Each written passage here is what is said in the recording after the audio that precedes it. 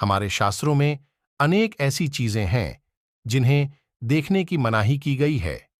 पूछा जा सकता है कि समाज में रह रहे हैं और आंखें भी हैं, तो यह कैसे संभव है कि हम कुछ नहीं देखें? लेकिन यहां शास्त्रों का तात्पर्य जानबूझकर न देखने से है।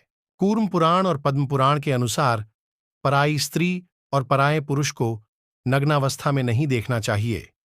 महाभारत तथा अन्य ग्रंथों में भी ऐसा ही कहा गया है। इसे बहुत बद्धा पाप तो माना ही गया है।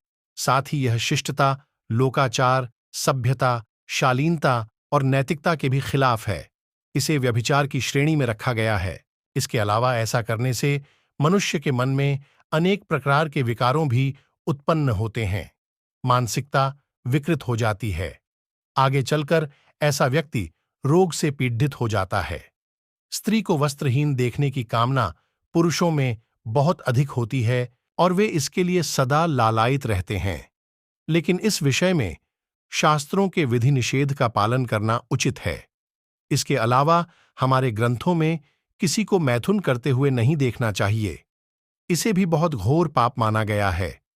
ऐसा करने वाले का अपने संबंधियों और परिजनों से वियोग होता है। कबीर सागर के अध्याय जीव धर्म बोध में पेज नंबर 16 व 1924 के चौपाई में कहा गया है, काम कलोल करे पशु खग जहां, साधु न कबहूं दृष्टि डारे तहां।